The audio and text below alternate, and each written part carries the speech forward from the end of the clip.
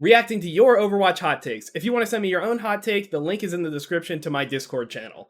Let's go ahead. I've got 5 of them here. Let's get the big one out of the way, the really long one that I read up on a little bit, but I'll join it again. Open in full view. Okay, you guys can see most of it. I'll read it out loud, and then I'll give my thoughts on this one. Illari's Pylon is very set and forget, but the worst kind of set and forget. It either creates insane value, or it gets killed by the one person willing to try and take it out. Even with good management and redeployment, it's really easy for someone with an off angle to shoot it once, trigger the longer redeploy cooldown, and then poke it down. Because of this, I think Illari should be able to heal her own Pylon, maybe at a reduced rate, to prevent things like long-range diva shots from just ruining your Pylon, and to discourage quick peels to take it out. I also think Illari should be able to detonate it while it's in its damage-taken state to refill some of that additional cooldown. At the moment, all detonating it does to stop enemies from repeatedly shooting it and waiting for the shield to recharge. To counteract this, I think it's justifiable to nerf the healing output of Pylon and the recharge of non-damage redeployables somewhat if necessary. I honestly think it's ridiculous Illari can't heal her Pylon. I think of the Paladin's character, Io, I think that's supposed to be an I, who is very similar to Illari. She released in 2019, and a big part of her skill expression is deciding where to use her heal resources. I think it's legitimately embarrassing for the Overwatch team to consistently put out less cohesive hero designs, particularly support than Paladins, but that's a topic for another time. Okay. Illari should be able to heal her Pylon. Let's go through everything. So, Illari's Pylon is very set and forget, very kind of a bad thing. I agree. It creates insane value, even with good management and redeployment. Okay, yeah. Because of this, I think Illari should be able to heal her own Pylon. So, the thought of being able to heal the Pylon, to me, is a little, like... It's, like, kind of like, what's the point? Because... Illari, so let's put up that situation that they're talking about. Somebody peeks around a corner and tries to shoot the Pylon, or like they tickle the Pylon or whatever, and Illari heals that back up, okay? Like they can't just spam whatever. The shields regenerate most of the health, right? So the two scenarios that pop up with Illari, somebody pokes around and like corner peeks the Pylon and tries to get like 3 or 4 shots to kill it. By the time she realizes that Illari can try and take the duel when they re-peek to stop them from doing it, effectively saving her Pylon. Or I think the more likely thing is that somebody just comes in and one-taps it real quick and there's nothing you can do about it. Illari being able to shoot her Pylon, to me, it just feels like they're just going to stop peeking the corner. Because if Illari really needs the Pylon and she has to heal it, she's just going to sit there healing it, and they're just going to be able to stand there and not have any damage pressure from the Illari at all, and probably more likely break the Pylon at that point. Now, obviously, the other thing is that Illari could stop and try to shoot them and kill them, but at that point, it's probably too late, and your Pylon's probably already gone. So, like, I see the idea, I see it, but, like, I just don't think it's quite going to work, like, is like, described here, if that makes sense. Actually, you know what? I'm going to put my camera up here. Anyways, I don't think it's going to work, like described. Also, we'll go into the second part here. I think Illari should be able to detonate it while it's in its damage-taken state. Yeah, I think that's fine. If she detonates it while it's taking damage... then she gets part of the cooldown back, like not the undamaged one, but also like not all the way of like, oh, they broke it, so it's on like what, 12 seconds or something. I think that's a good middle ground. It keeps her like a little more active and like encourages her to keep attention to her Pylon. I think that's fine. I would definitely be down for that. I don't really like the gameplay of just like healing Pylon, because remember, Illari is very effective by herself, so like I guess it is giving her something to heal while she's alone, but in my opinion I think her beam should just be longer, or something. Being able to use beam on her teammates that she can see in her LOS that aren't just directly near her, I think makes more sense for a character that wants to be playing on her own off angle, rather than the short range one, which means you have to be stacked with an ally to get any value out of the healing, and then like you aren't creating multiple angles, you're just enforcing one more. I don't know. But being able to heal something consistently while she's off on her own in her pylon will probably make the character a little more coherent at the end of the day. So I don't think this is a super hot take, but it's like more of like a rework idea. I don't quite see the appeal, but I get it, right? And then the whole thing about paladins, I know nothing about paladins, so I'm not going to comment on it. But I don't think Overwatch's support designs have been really that bad. Obviously, Lifeweaver is he's just a terrible character, rather than, I don't think there's a lot that's fundamentally flawed with Lifeweaver, but I think his moment-to-moment gameplay, like, playing it is really fun. Illari's doesn't have that same kind of, like, decision-making that Lifeweaver should have. And again, Lifeweaver is not a great character, so, like, let's be real here. But, you know, that's kind of what I'm thinking. Okay, it looks like I have an @ in that server, and I'm not going to look at it because I'm filming a video. Okay, my favorite Overwatch characters. This is in the hot takes thread. Okay. But this is one of my friends. He says, my favorite Overwatch characters are Sigma, Junkrat, Ana, and Illari. Wow, very topical. Topical. What are yours? I'll answer what my favorite characters are, and I'll give you probably a favorite from each category, okay? My favorite tank is probably Junker Queen. I think she's the most consistently fun. As for, like, my best tank, it kind of feels like it's meta-dependent. Right now, I honestly think it might be D.Va. I feel like I understand where and when to play that character the best out of most other characters in the game. On DPS, my favorite character is Sojourn. I'm sorry for all you Sojourn haters. I think she is just the most fun to play. Obviously, it's because she's very powerful, but just having so many things in her kit and the moment-to-moment gameplay of charging up a rail and then firing it and storing all of that resource management, which may be a little too easy, but, you know, I really like that, and I feel like a lot of DPS characters are a little boring, or a little too simple. Like, their gameplay just boils down to not much. Otherwise, some other DPS characters I like, obviously Tracer, Echo, those are some other kind of go-tos, and like Cass is old reliable. I'll never not have fun playing Cass, although I hate Magnetic Grenade in all forms and fashions. And my favorite support is obviously Lucio, even though I don't play as much Lucio as I would like to nowadays. Even though he's really good, I just don't play much support. And I typically have, when I was on my teams, I had to place flex support because we had plenty of main supports but not enough flex supports. As for, like, my best heroes, I mean, like, if we were back in an Ana meta and I could just spam Ana all the time, I feel like Ana would be my best. But looking at these characters, my favorite Overwatch characters are Sigma. I love Sigma. He's the best written character in the game. He has one of the best, most, like, well-designed kits, in my opinion, especially for a tank. He benefited from coming to Overwatch 2. He was, like, really annoying in Overwatch 1, but nowadays I feel like he's much more, like, he's much healthier. I love Sigma. And I hate Junkrat. I hate Junkrat. A lot. Like, a lot. So, yeah, that's, I have plenty of Junkrat if you want to see my Junkrat rework video. I've already talked about that. I love Ana, the second best written character in the game, IMO. I used to call Ana the best, and then Sigma was released. And Illari. Okay, I'll give Illari one thing. Illari is an aim-based character, and nobody really whines about her design because she is high-skilled and fun to play, right?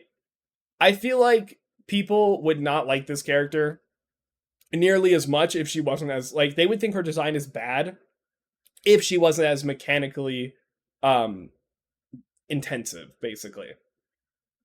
And then they talk and all this, but yeah, that's those are my favorite heroes, and also looking at my friends' favorite heroes.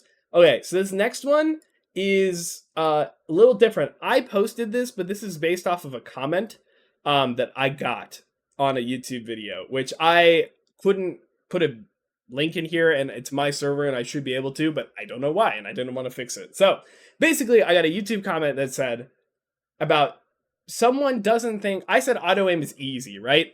This person says auto aim isn't easy. It is outright cheating. Auto aim abilities, rather. So Moira Grasp and like old Sim Beam. Think like that, okay? It's outright cheating, and it's closer to the power of an ultimate ability like Visor than an actual like regular ability. I put this in here because I thought it was a very spicy take. That auto aim type abilities, there's healing, there's damage, are cheating, and that they are ultimate level value on a primary or secondary fire. The reason why I wanted to talk about this, because I think this is really interesting, that, you know, we play an FPS, so mechanical skill is, in most other games, pretty highly valued, and still in Overwatch it really is, but there are characters in Overwatch that exemplify other core values of Overwatch than mechanical, like, aim skill, right? I don't think that's necessarily a bad thing, but the characters that it's on, in fact, the only character that's still on, Moira, I think it is just too easy to get value, like immediate value, and it doesn't have a high ceiling, skill or value ceiling, and it makes it boring and frustrating. And I can see the argument that it's just like, well, I didn't hit my shots, but there wasn't even anything to say about them because they didn't even have to hit any shots. But I think it's interesting because there's other games that abilities that are guaranteed to hit are part of the balance of it, right? So there's, you know, in League of Legends, plenty of characters have skill shots and whatnot, but plenty also just have things that home and just guarantee do damage to you, or like auto lock on, basically. And that's part of their power. It gives you guaranteed value, basically. And it can't be as powerful as those other things, but it basically goes, okay, so if you Malphite, I think as an example, Malphite can just hit you with the disc whenever he wants, right? When he has it. That's just guaranteed damage that he can either guaranteed force a resource out, or you just have to take the hit. This is, in my opinion, this is the same thing in Overwatch, right?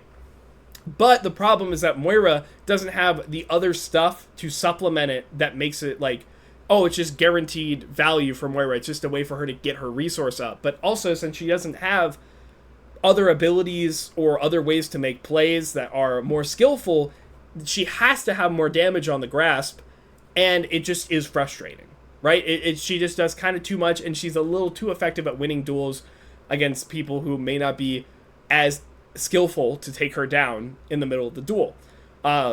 So are auto aim abilities cheating? No. Are they the power of the ultimate? I think Soldier's ultimate is awful. It's not very good anyways. So no, I don't think that it's cheating, but I do think Moira's auto aim in particular makes the character somewhat frustrating because the rest of her kit isn't designed to make up for the auto aim. Does that make sense? Basically. Okay. Going on from that, OW training bots. I saw this one. The hitboxes seem so much more favorable on the bots. I wish they put heroes in the distance aim simulator. The practice range in general could be a lot better, IMO. I feel myself gravitating to using a custom code when I actually want to practice my aim.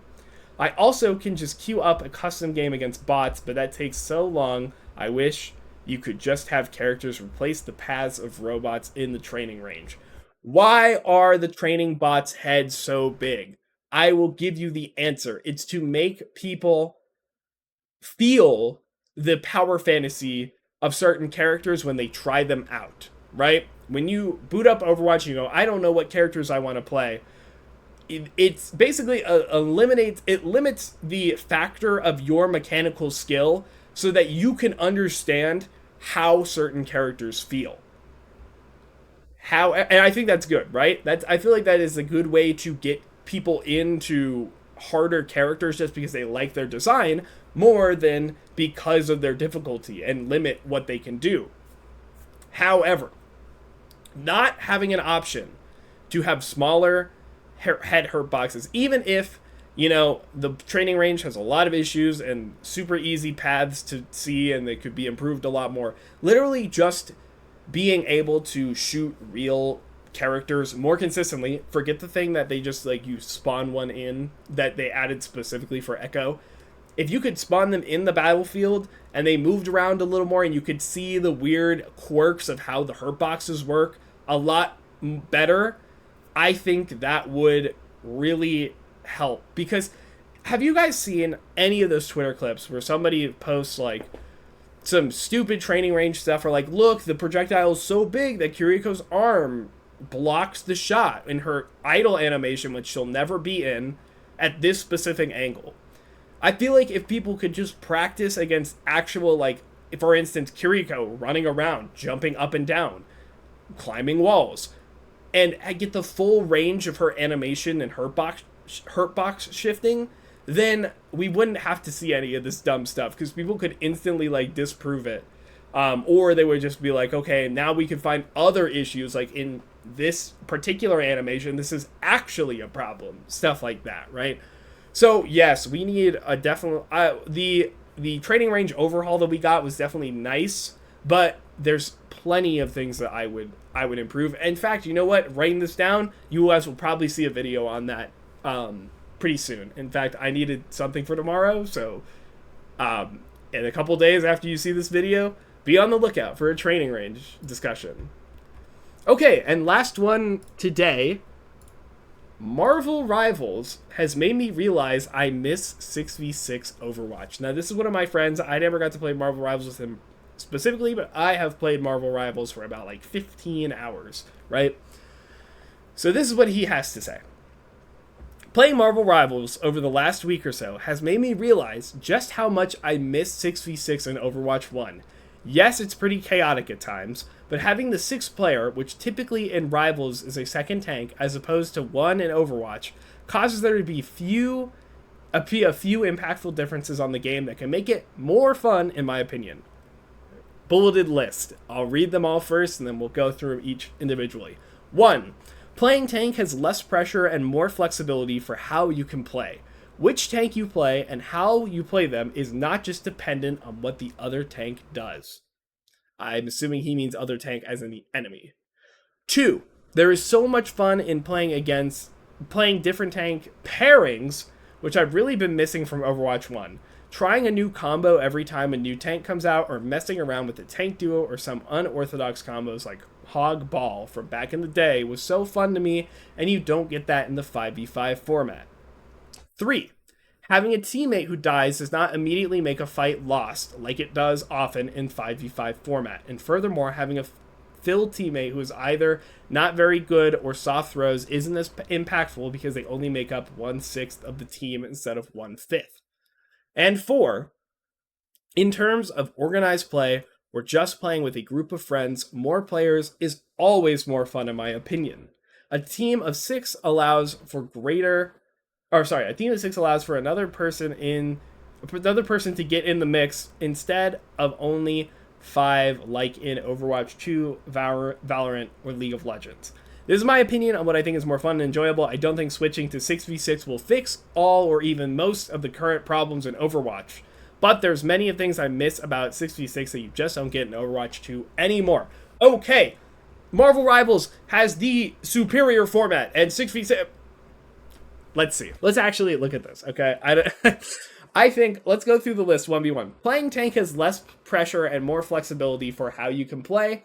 Which tank you play and how you play them is not just dependent on what the other tank does. This is technically true, right? Just having another tank on the battlefield, soaking up damage, doing something else, being places that you can't be all at once, it does alleviate the pressure, right? Which tank you play and how you play them is not just dependent on what the other tank does, right?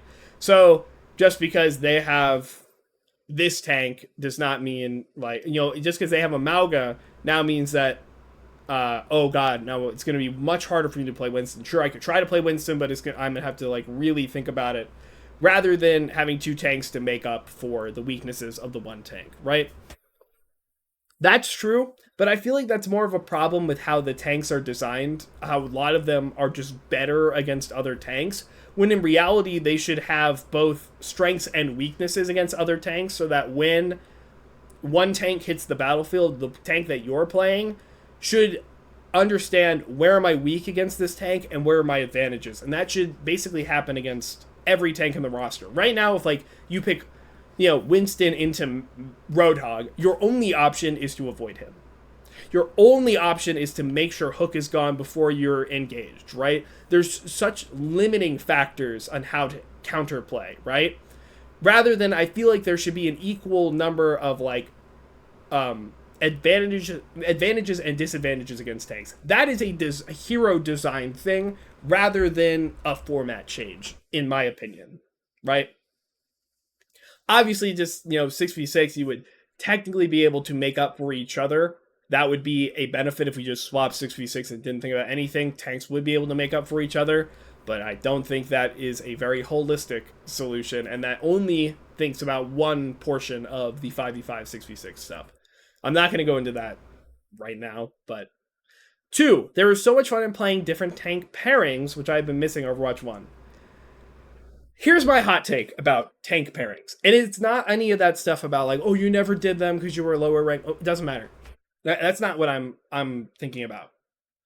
The reason why tank pairings felt so good is that they were so overpowered because you could rotate too effectively, right? You could pair Winston Bubbles with Zarya Bubbles, or you could pair Ryan Shield with D.Va Defense Matrix. You could pair one shield with another shield, right? And just keep like, that one shield goes down, here comes the next one. That shield goes down, the next one's back up, right? Ryan Shield getting low, D.Va Defense Matrix comes in to save the day, right? By the time that's done, Ryan Shield is back up. Okay, Ryan Shield's getting low again, Defense Matrix is back up, right? That is a nice, like, rotation, much too powerful. Much too powerful that some of the, like, combinations were just so overbearing and so powerful that you couldn't really pick other options except for very map-specific stuff because it was just objectively worse and you would feel it immediately, right? My actual hot take here is that these pairings still exist in Overwatch. There are characters in the DPS category, and maybe even the support category if you want to get really wild, that act like off-tanks. What is Bastion turret form, but not just a way to stop the enemy from taking back space, right? What does an off-tank do? They kind of enforce space and bully the space you've taken, right? What does Bastion form, like turret form, do? It basically does the same thing, doesn't it? Effectively, he's just this big space creator for a couple seconds until your tank comes back and then they put their space creating ability. Same thing, right? Tracer's up on a high ground, or probably a better example, Sojourn's up on a high ground. It's really hard for us to contest that. It's hard for us to get up there because of her high damage pressure and limited ways for us to get up there, right? How is that any different from a Brawl comp where a D.Va was on a high ground? Is that really that much different? Sure, there's a little more counterplay, but like that's kind of the same thing. They do very similar things that the off-tanks do. They've just kind of shifted their roles and their effectiveness a little bit. And I think that is healthier overall. If we were to go back to 6v6, sure, tank pairings would be great. But the tank pairings, like, tanks would have to be worse than they were in Overwatch 1 in order for it to feel better for everybody. And nobody liked playing tank in Overwatch 1 because it was really hard and it didn't feel good. So we have to make them worse to make sure they weren't overbearing meta definers, because tank pairings are what defined most metas.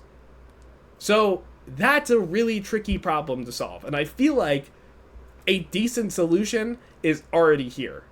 We just haven't really called it that. That is my hot take. If you want to go ahead and talk about it in the comments and tear me apart, I'd love to hear it. But, all right, number 3. Having a teammate who dies does not immediately make a fight lost, like it often does in the 5v5 format.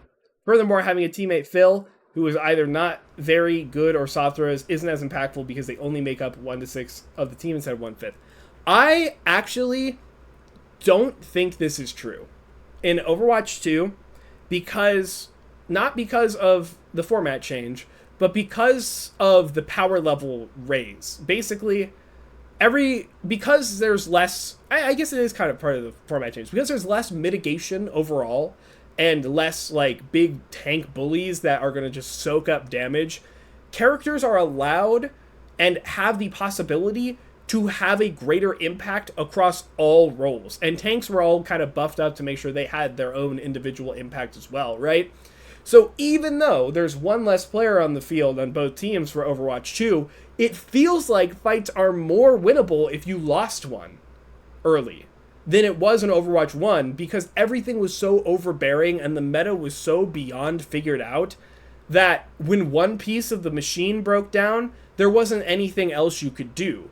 Compared to an Overwatch 1 or an Overwatch 2, where not everything is as tightly compact and, like everything has to go this way, this way, this way. If somebody goes down, there's much more playmaking potential for other people to fill in the gaps and turn the tide of the fight. So in my opinion, it's actually easier to win fights that you go down in Overwatch 2 compared to Overwatch 1. Marvel Rivals, I think it feels that way because there's no set meta. And, I don't think they were trying not to... It feels to me like they weren't trying to make tank pairings really overpowered and overbearing. At least in my opinion, it feels like the tanks don't synergize immediately with other tanks. They just kind of synergize generally with the rest of the team, if that makes sense. So I felt like the way that, Marvel Rivals fights, where if you lost one, it wasn't that bad, is because nobody knows what the hell they're even doing. And nobody knows what's the meta and what's really good and like how to play it. Everything's just chaos and the map is crumbling around you or whatnot. Okay. In terms of organized play or just playing with a group of friends, more players is always more fun in my opinion. A team of 6 allows for another person to get into the mix. You know what? I mean, like, yes, that is true. And this kind of goes off, like, yes, like, obviously being able to play with more of your friends, more people, it's just always going to be more fun. Just have more and more people talking and joking and whatnot. I will say, though, that the thing about 5v5 is that, again, I'm gonna go off the rails. I'm gonna go off point number 4. Right, it's correct. It's just objectively correct. But I will say, just as an addition, that people don't really talk about, is that a lot of programs and esports events and everything, they are set up and the infrastructure is designed for 5v5 at most.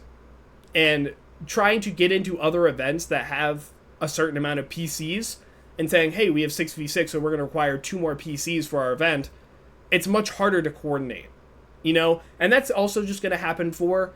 And that affects more of, like, lower tier events and stuff. And community, like playing with your friends, is a very big part of what makes these live service games function.